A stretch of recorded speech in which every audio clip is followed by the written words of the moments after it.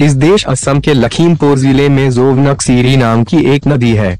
उत्तरी असम के मिरिस और डफलास की पर्वत श्रृंखलाओं से निकलने वाली यह नदी लखीमपुर से होकर बहती है और माजुली की खेरकोटिया नदी में गिरती है। खेरकोटिया कोई अलग नदी नहीं है, केवल ब्रह्मपुत्र की एक सहायक नदी है। यह मुख्य ब्रह्मपुत्र से निकलती है और जोवनकसिरी में गिरती है। आज तक लखीमपुर और माजुली के आम लोगों का कहना है कि ब्रह्मपुत्र सुंदर और प्रतिभाशाली पत्नी जोवनकसिरी का अभिवादन और प्रवेश करने के लिए आगे आती है।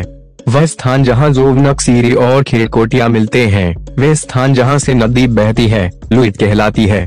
यह लुइट है जो लखीमपुर और माजुली से होकर पश्चिम की ओर बहती है और ब्रह्मपुत्र में गिरती है। चौड़ाई में जोवनकसिरी ब्रह्मपुत्र का लगभग 5वां हिस्सा है और इसका पानी बाद वाले की तुलना में शुद्ध है।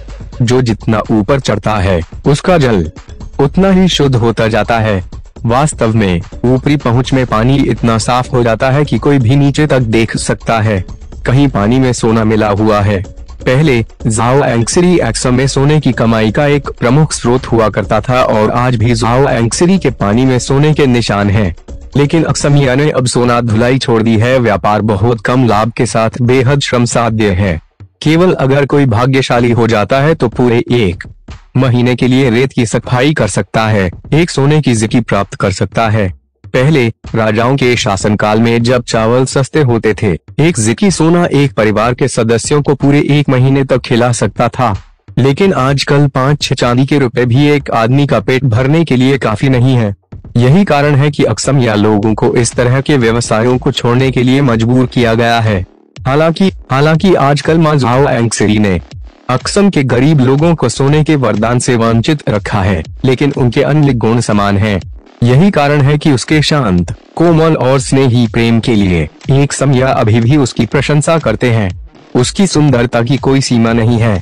वह कई खूबसूरत जंगल से बहती है और उसकी शांत हवाओं और शुद्ध पानी ने कई लोगों को अच्छे स्वास्थ्य और आत्माओं में अपने तट पर रहने के लिए रखा है।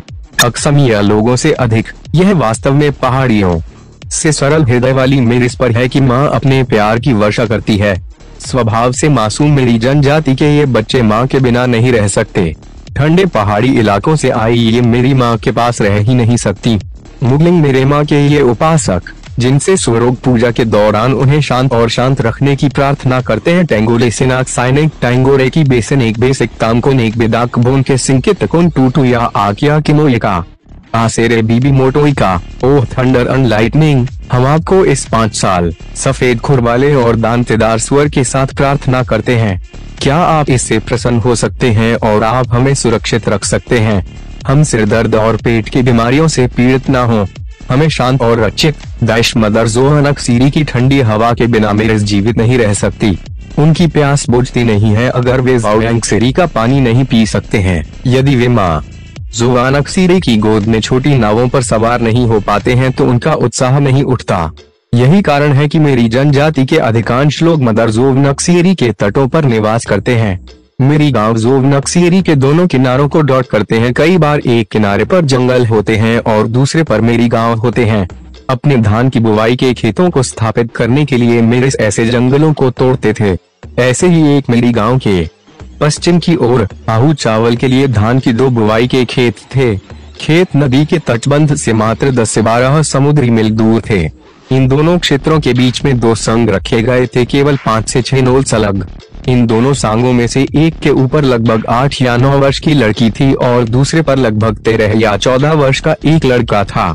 दोनों ने अपने हाथों में 2 टोके लिए और इन टोकों को हराकर तुनी और टोकोरा और अन्य पक्षियों को भगा दिया जो समय समय पर बुवाई के खेतों में उतरते थे।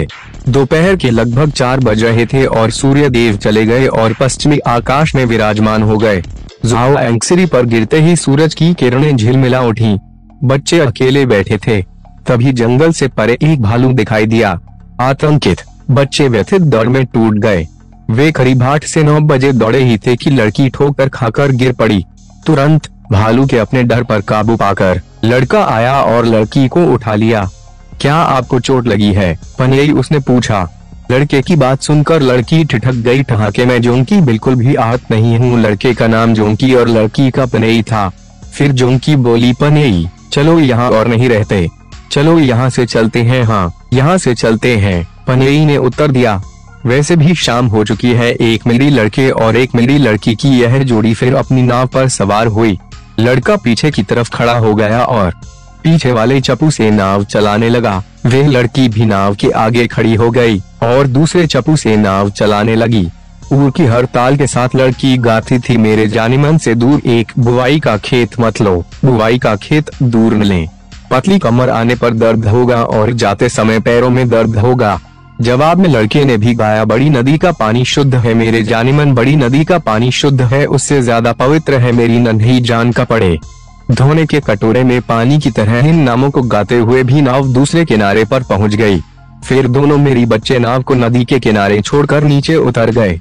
जैसे ही वे घर की ओर मुड़े, पनेई ने जोंकी को पुकारा, अरे जोंकी, ओह जोंकी, कल हमारे घर में कुछ मौज मस्ती होगी, आपको अवश्य आना होगा, ठीक है पनेई, जोंकी ने जवाब दिया।